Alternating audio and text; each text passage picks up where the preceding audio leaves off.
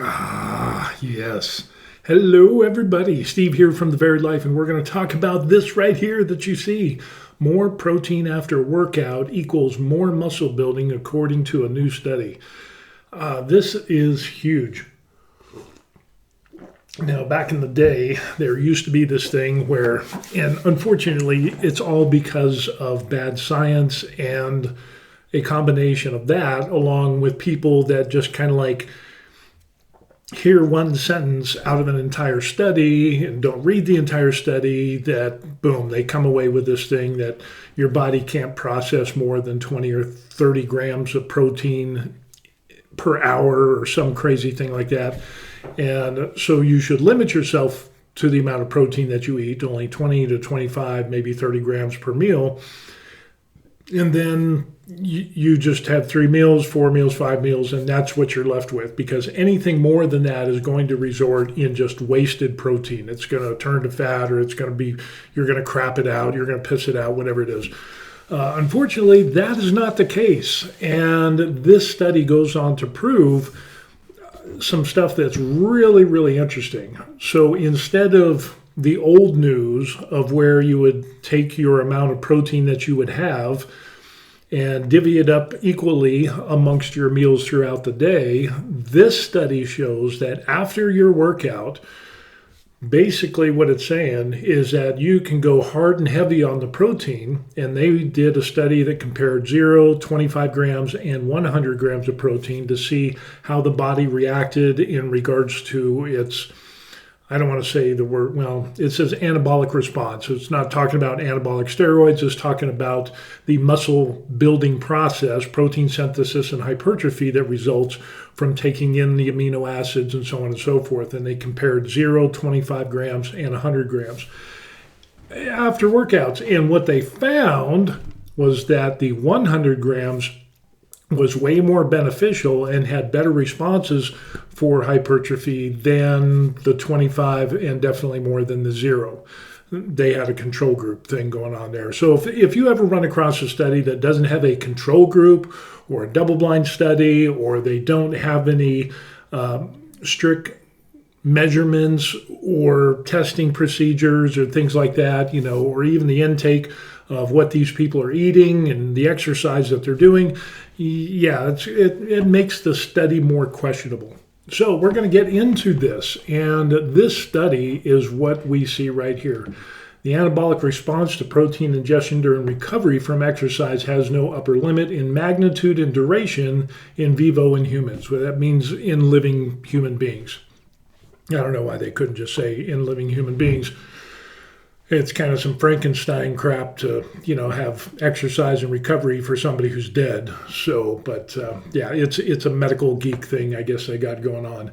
But with this study, this is really, really interesting. And basically, it talks about protein anabolism remains elevated during prolonged hyperamino acidemia, which is basically the use of the amino acids from the protein during the muscle recovery, the recovery process that deals with the repair and the building of muscle fibers. Protein ingestion has a negligible impact on whole body amino acid oxidation, which basically the old thing that people used to believe was back in the day is that if you ate a lot of protein, your body can only absorb like 20 to 30 grams, and then anything after that was oxidized, and it was basically rendered not useful or not as useful. So that's kind of where this 20 to 30 grams per meal came from. Was based off of old science and old discoveries, and people just kind of ran with it and went wild, trying to say that, well, you're just wasting your time by eating more protein. And I still see this to this day. And it's funny because people have taken themselves and imprisoned themselves and limiting their gains by holding on to this false information. I had people tell me it's impossible for your body to process more than 25 grams, at a time. And no matter how many meals, there was a limit. And I was talking with this gentleman, and basically he was complaining that he wasn't getting good muscular gains, but he was limiting the amount of protein that he was intaking So again, limiting his gains. In other words, if you're building a house and you're using bricks being protein, and you limit the amount of bricks that you use, you're not going to be able to build the house. But this guy had limited himself because of the belief, well, your body can't process, too much protein, otherwise it just goes to hell. Then I always respond with, then how did I get to be the size that I am? And how do natural and supplemented bodybuilders, the not natty bodybuilders, how did they pack on all of the size that they do? And they consume a huge, vast amounts of protein.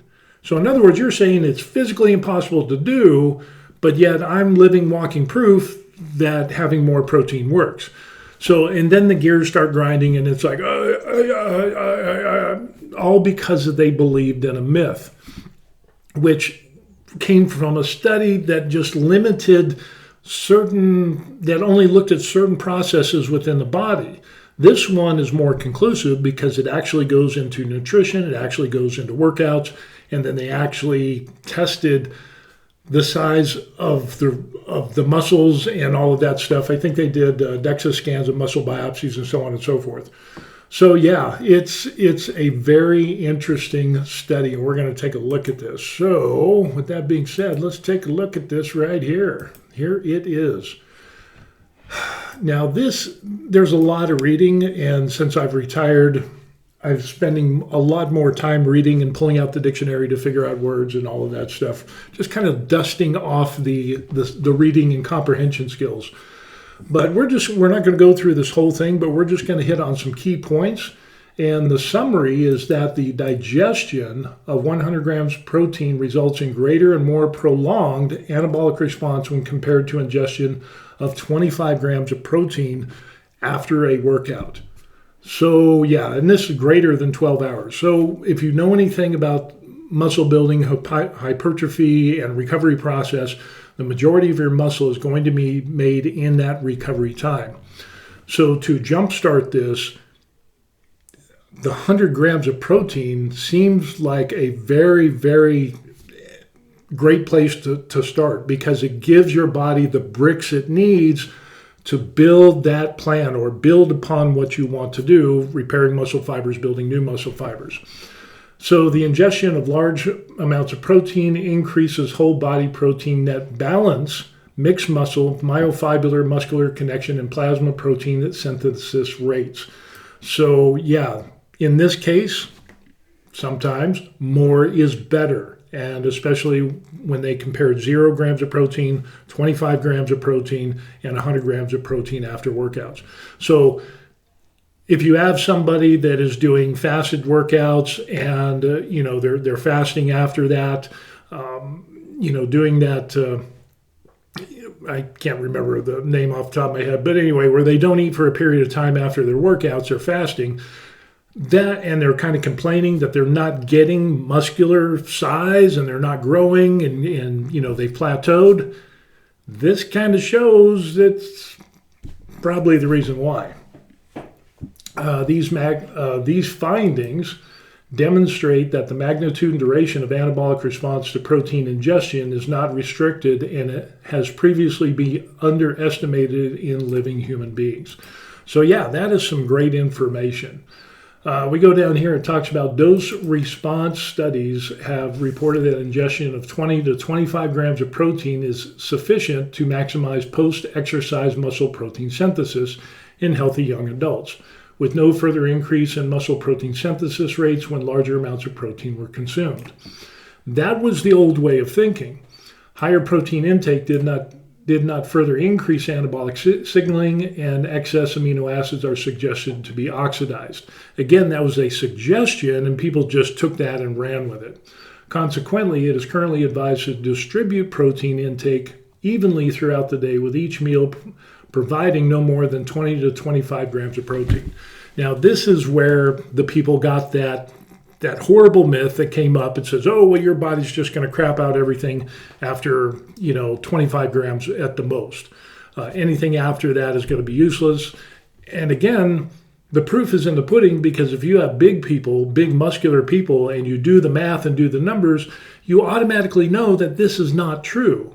And so, but again, with this study, it was suggested, it wasn't concluded, but yet people ran with this. So this is another example of older studies where people read that and was like, oh, I can only eat 20, 25 grams of protein and that's it.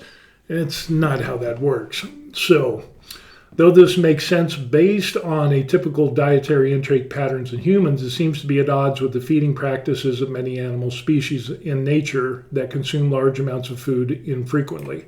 And it goes into that a little bit, talking about different animals. So these researchers came to a place and they're like, well, wait a second, something's not adding up. And we see it in the animal kingdom, and humans are animals, or, animal-like, or whatever, it's a whole nother topic. But they eventually got into this and they tested their hypothesis and saying, hey, here's the idea, is we think, and we want to find out if there is a greater response to protein synthesis, and what is the oxidation rate of protein if that rate increases with larger amounts of protein, or does it kind of stay the same around 25, or is it, for 0 grams of protein, how does the body respond to this stimulus called resistance training during the recovery period? So yeah, and you read through here and it was like, it talks about plasma and, the diet and all of this stuff. And the exercises that they ended up doing,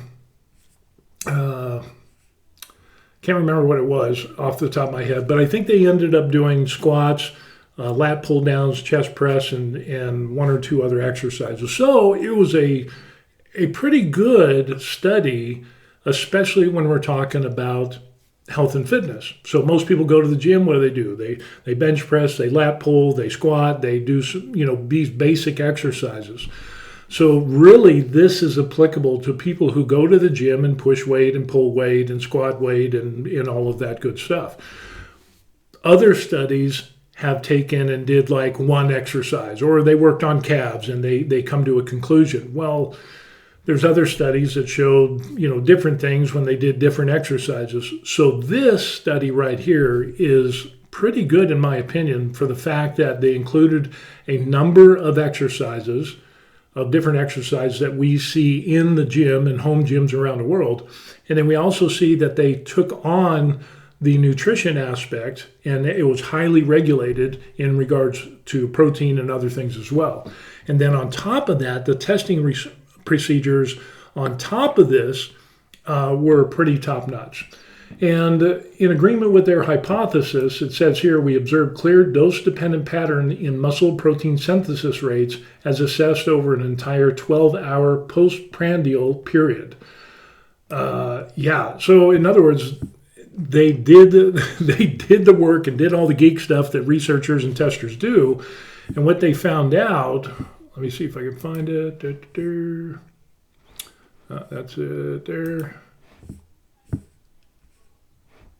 We demonstrate that protein ingestion results in dose-dependent increase in dietary protein-derived amino acid availability and concomitant increase in muscle and whole body protein synthesis rates.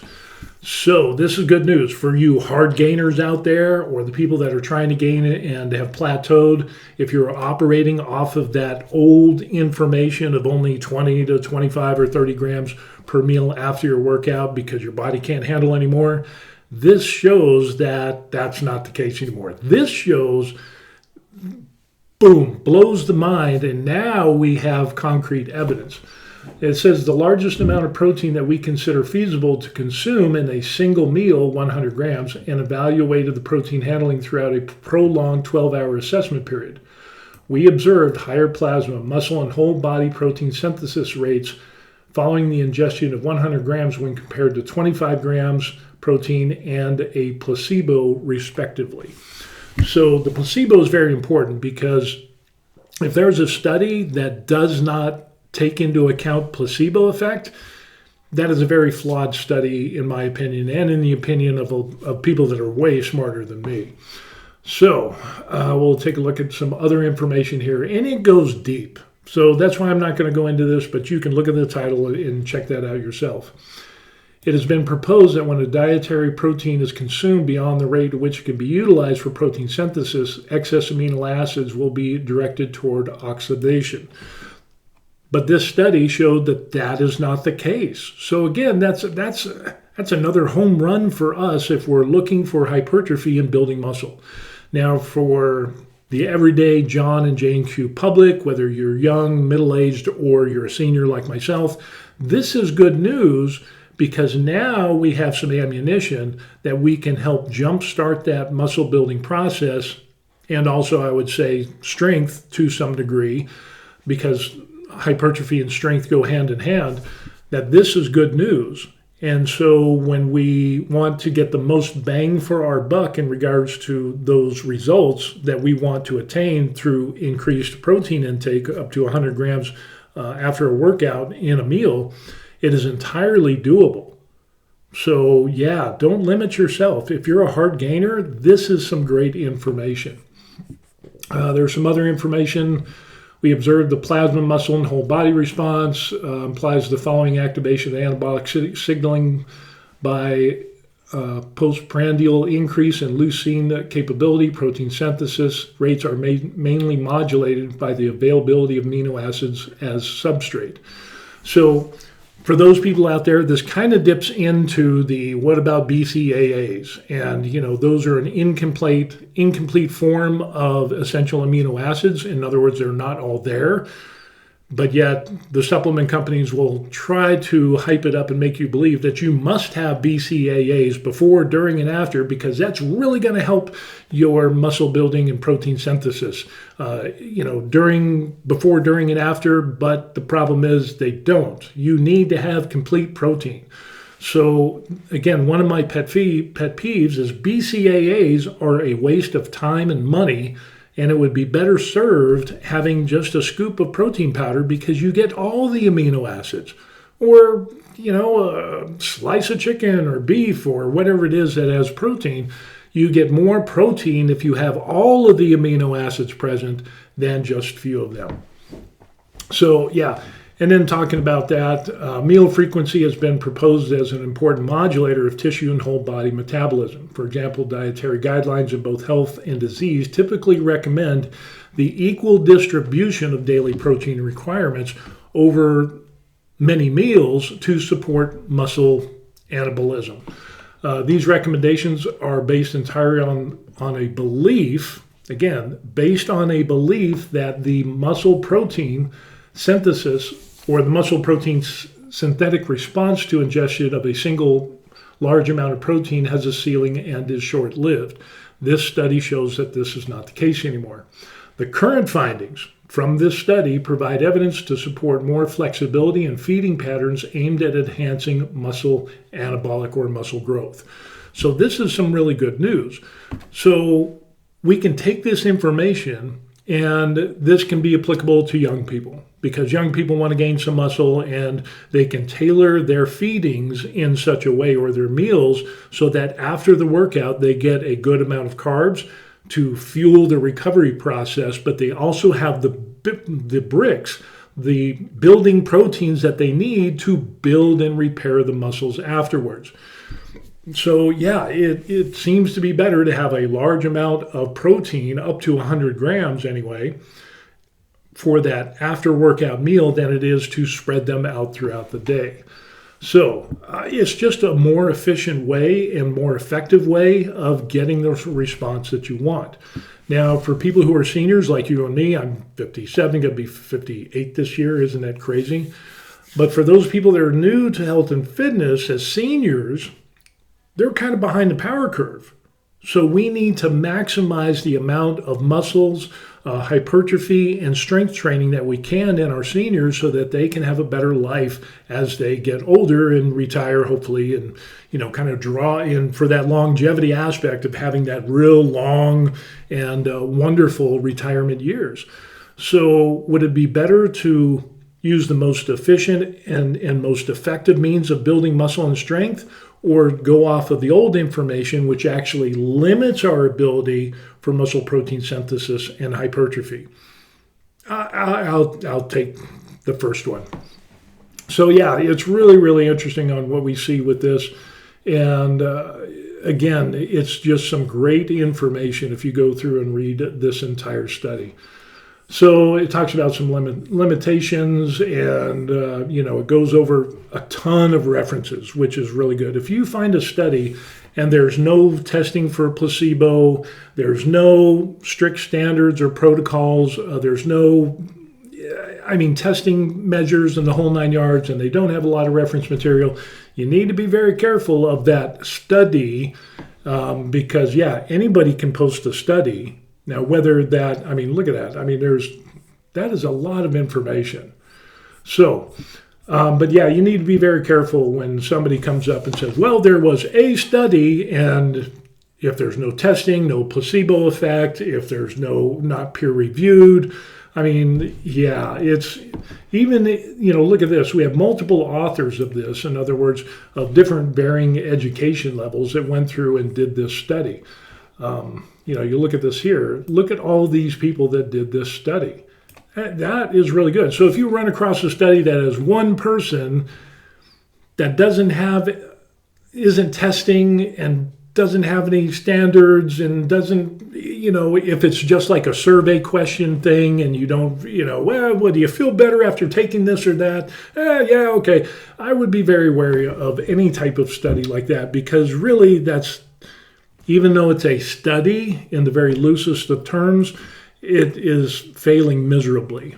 But I digress. So with this, what we end up seeing is some great information in regards to how we can jumpstart hypertrophy, especially if we're seniors and we're behind the power curve and seniors have a limited time on Earth, so we want to maximize the speed and efficiency in which we gain muscle and strength. And doing this through nutrition, having larger amounts of protein after a workout helps us do that. And again, the old myth of, you can only do 20 to 25 grams per meal, and after that it's oxidized and it just crap it out or piss it out or whatever. That is old information and it doesn't apply. So this is some really, really, really good news. People were kind of like, it's a study about eating. Wow, what is he so excited about? This excites me because these are now facts. Scientists and researchers have come to a place and said, hey, we want to figure out if this is true or not. We're going to have rigorous test standards and protocols and the whole 9 yards. And it's really neat when you take these things that was thought or believed to be true, the scientists and research actually tests out to verify to find what actually is true. And this is some really good news. So you can go through a bunch of this information, the workouts and what they ended up doing. Let me see if I can find that place there. I thought I had that highlighted, but apparently I didn't click the right button. Let me see if I can find it real quick.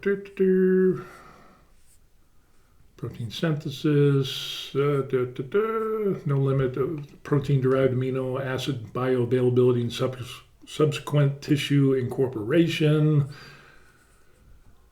gene signaling, muscle signaling. I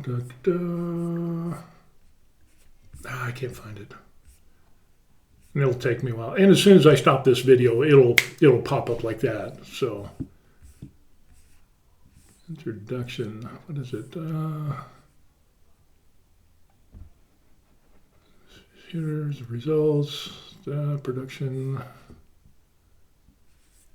Large amount. Dosed. Full body metabolism. I know it's close. Rate of appearance time.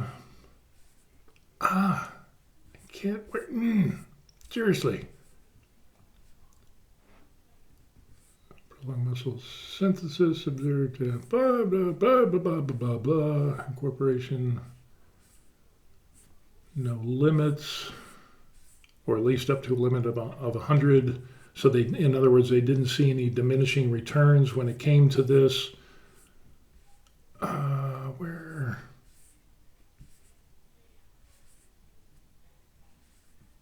I forget. Anyway, definitely check out this right here, because this is some good news. And so if you have plateaued, definitely keying in on nutrition is important. And again, once again, protein is king when it comes to building muscle. Of course, you have to have the workout or the exercise or resistance training, the stress that is put on those muscle fibers. You need to have a recovery period. You need to have enough protein and carbohydrates and fats during the recovery time to fuel your recovery in the building of new muscle fibers. So yeah, but this dose-dependent thing that we see right here of upping that protein after your workout is more beneficial than limiting your protein and having it equally spaced out throughout the day in subsequent meals. So yeah, I just wanted to put this together and throw this out there to let everybody know this is some very good information, not only for young people, middle-aged, but seniors as well. And for those of you that are trying to combat against sarcopenia, muscle wasting disease, which is probably one of the bigger things that we face. We also know that with sarcopenia, where we lose muscle mass, puts it at a higher risk of injuries with slips, trips, and falls. So building those skeletal muscle systems helps protect us and react to those falls, and kind of acts as kind of like that padding. And I think I remember reading an article where it was talking about that, you've seen all the jokes and the memes, oh, I've fallen and I can't get up, use my life alert. Is that through a slip, trip, or fall, if you break a femur or you break a hip, yeah, your chances of living long drastically decrease over time. So the best way to prevent that is by having a lot of good skeletal muscle, and of course doing functional training, and also strength training or resistance training for strength and hypertrophy. So yeah, all of those things need to be combined when we're talking about this. So as a young person, you might be saying, it's just an old senior, old gray hair guy, he's just talking about, blah, blah, blah, blah, blah. Well, I'll tell you right now, as a preventive measure, it's better to do it while you're young, because it diminishes over time. As you get older, your hormone levels changes. The number of HGH that is in your body, that your body produces, goes down over time as well. The number of receptors that you have to, that take in free testosterone and take in that HGH go down over time as well. So we're fighting against the clock. So if you can get an appropriate or a good amount of muscle mass, then you prevent the possibility of sarcopenia, which is muscle wasting that most people will experience between the ages of 65 and 85. And studies have shown anywhere from 80 or from 25 to 30% of your muscle mass can be gone during those times. So to prevent that, we do strength and hypertrophy training along with functional mobility and so on and so forth. So for those of you who don't know what functional training is, like when I'm doing a curl and I bring the weight up, that's kind of the same thing as I take something out of the bag and I lift it up and I put it on a shelf. Again, actions that mimic our everyday movements. So when I'm taking something and I'm going to put it up on the shelf and I do this, kind of similar to doing shoulder press, okay? Squats, when you bend down to pick something up and lift it up, lift with your back, lift with your legs, not your back. All of these things come into play when we look at how we function as human beings. Full range of motion is important because that's how we're created or designed, either way you look at it, and we need to be functional. And we can use resistance weight training to do that. So, yeah, some good stuff going on. So anyway, I wanted to make this video and throw this out there. Take a look at this study and really get more. The more you study, it really comes back to the more you know, the more you know. And the better that you can tailor your workouts, your nutrition, and your recovery to get results more efficiently and quickly. That's what it comes down to. So if somebody comes along and says, hey, I've got a faster, cheaper, better way of doing things, yeah, you need to be careful because, yeah, if it's too good to be true and we don't see these things covered in scientific studies and meta-analysis, which is a review of multiple studies, which is the highest proof that you can find, proving something as being factually true, in other words, science-based evidence that actually works, yeah, be very wary of people that cannot supply in context studies and meta-analysis. Now, there's just a bunch of wackadoos out there that will provide studies, but they're just on general topics that is not in context to like hypertrophy or strength training or nutrition or things like that, because they got to have something to sell. They got to get that hook into you somehow, and faster, better, and cheaper is always going to be more, I don't know, people want that better than you got to put the time and energy to do and get results. So anyway, just be careful of the con men and the con women that are out there that are trying to get your money and sell you something that is new and improved, but there have been actually zero studies done on that technique or routine or whatever it is. So, but this is good news for all of us. So regardless of the exercise that you can do, whether it's body weight, whether it's resistance training, which is weights, free weights, machines, calisthenics, resistance bands, kettlebells, all of that stuff. This can apply to every single one of those avenues or routines that you can do when it comes into health and fitness. So if you're looking to increase hypertrophy, if you're looking to increase strength, that's a part of it as well. You could definitely benefit from having more protein after your workout than minimizing it or spacing it out throughout the day. So that's some good news. So anyway, put what you think in the comments down below. I'd love to read what you have. And I just wanted to share this with everybody for the good of the group, for the good of the peoples. Okay. All right. Well, that's going to be it. We'll see you on the next video. Peace. All righty. Good stuff.